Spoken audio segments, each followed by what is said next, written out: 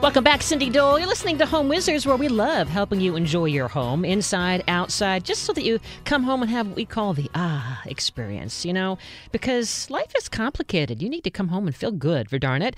So thank you for sharing your Saturday, the very hot one out there, and don't go away because a little bit later, we're going to talk about getting cool in the pool and having a blue one, not a green one, unless it was supposed to be green, how to keep it clean and keep it maintained. But while you're outside enjoying the green in the lush yard, how do you just create the privacy? How do you have that popular gathering spot that everyone wants to join in on in the neighborhood? Or maybe you want it to be a quiet, secluded retreat. Well, I have some ideas for you I'm going to share. I just thought I would. Let's say out back of the kitchen door, you have about 50 feet. And it's about by 30 feet deep.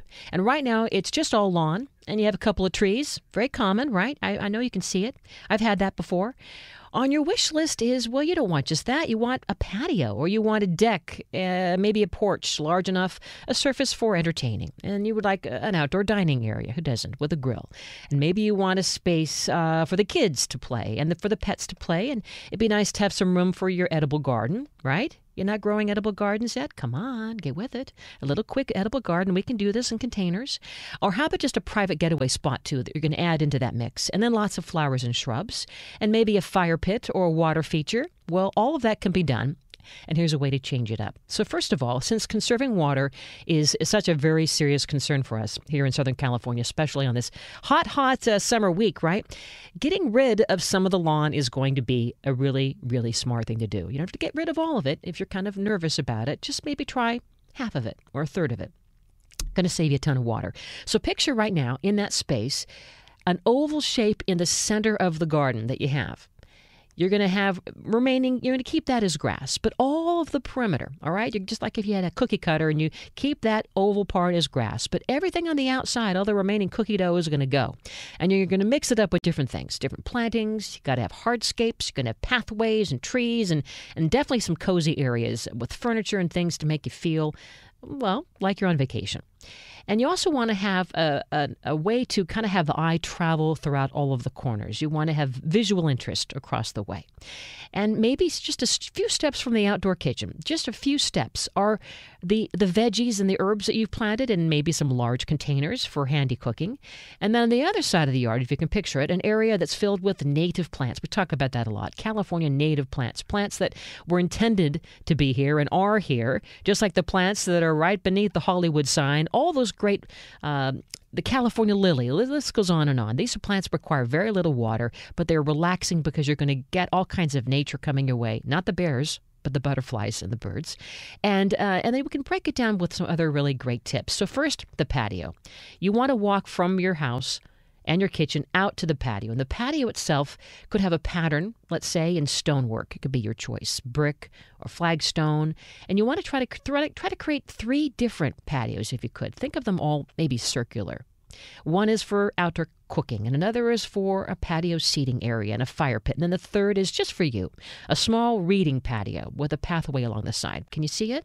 And then further back, there's this wildlife refuge, so you have a destination. And it's a water feature. It could be just a little statue that has a water little feature in it, right? Or around the far corners, the existing trees remain. But if you don't have a mature shade tree, you could try even using a small pergola that you buy, or a gazebo, or maybe one that you make. And then you want to try considering linking the curved pathway with all of these areas, so it kind of connects the dots, all these 3 patios that you have strategically placed all around there. And then consider some additional plantings. And how about this, all right? Consider fruit trees. And then some herbs and veggies. And then for more foliage, some really great plants to consider. Well, first you might want to think, well, what's your color palette? I like purple, pink, yellow, and bright neon green. I love bright neon green with a pop of white. So here are some to consider. The Carpentaria californica. It is this evergreen shrub. It's really, really pretty with these white flowers that burst alive in the spring and the summer. And then in the center, there's this very bright yellow. And then they love both full sun to part shade. And the good part is they grow from about 3 to 6 feet tall. Then you might want to try, for a little bit of pink pizzazz, the Cape Mallow. It's a shrub, and it blooms nearly all year long, and it's great for full sun and part shade, so you have some flexibility. And it grows about 2 to 5 feet tall, but then 3 to 5 feet wide, so it's a really big, chumpy shrub to give you some privacy. The flannel bush is another good one. It's going to give you color for almost all year long. Bright, gorgeous yellow flowers. It's a great shrub. It grows about 18 feet tall. Again, it's called the flannel bush, and it's about 12 feet wide. Oh, and I love these guys, the coral bells, those silvery leaves with a great texture, and then it has the shape of the ivy. And then in late spring until to summertime almost, you get these beautiful pink late flowers, and it also loves part shade to full sun. And then you can't forget a little burst of purple. It's so easy. I have this in our yard in containers. It's called spiderwort.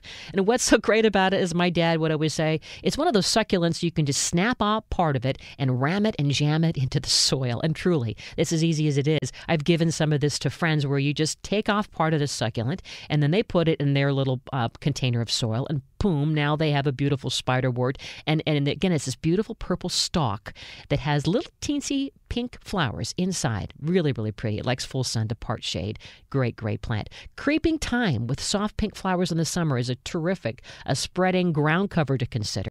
And then I love for that bright green, that neon green I talked about, it is the Mediterranean spurge. It is a euphorbia. And really consider this because it's heat tolerant. It loves a day like this. It doesn't need a lot of water. It grows about 5 feet tall to 4 feet wide, and it loves full sun to part shade. So those are some great plants to consider. Again, that was the Mediterranean spurge, that neon green euphorbia. All right. So if you're still looking now for some privacy on your deck or your patio, how about softening the view to the neighborhood yard with a simple gazebo structure, which again you can get. And then when you have that, try hanging baskets all at the same height or different levels, kind of asymmetrical. And then you can add planters on the railings for more privacy. And here are some tips to adjust the screening in your area. Have you looked and seen that there's different nurseries that have chains? They're inexpensive. Check the hardware store too. Make sure the links are going to support the weight of the basket when they're wet. Hello. Or there's decorative links. They're coated or colored in black and different colors. They cost a bit more, but they look good if you're going to be viewing the baskets up close. And they have pulley systems, too, something to consider for your baskets to create more privacy and shading while you're sitting outside on your patio deck. They may be more expensive, but once you have your basket hung, you can then unhook the rope and then quickly raise and lower the plant that's filled in the container for screening or watering. So how do you like that? Very, very easy. And if you do have the rail around your deck, something that is so cool, have you seen these? They're ready-made deck rail containers. Now, they're made out of plastic, but don't freak out. They have this wide groove on the bottom that just slips over the wooden deck railing. So you can picture having several of them all along the way. And then when you plant different types of plantings inside with varying heights, now you've got your privacy even in the front yard. But what's so great, because they're plastic, they're heavy enough to stay in place, but you can still lift them and move them, and there's no tools needed. And then, of course, you can spray paint them to make them look really, really great. Just make sure that when you plant inside, you have that 3 rule. You want one plant that's going to cascade down. You want one plant in the middle for height, and then something in the middle that just kind of has a variegated, flat, fluffy look that's going to give you just a lot of vavoom. All right. So coming up next, we're going to keep it outside still, and we're going to shift to the pool. If you have a pool, if you had a pool and you were thinking about getting a pool again, you want to maintain it. That's the big thing. We're going to talk with a pool pro who's going to help us make sure that pool is not green or black, but crystal clear. That's next. Home Wizard Cindy Dole on KFWB News Talk 980.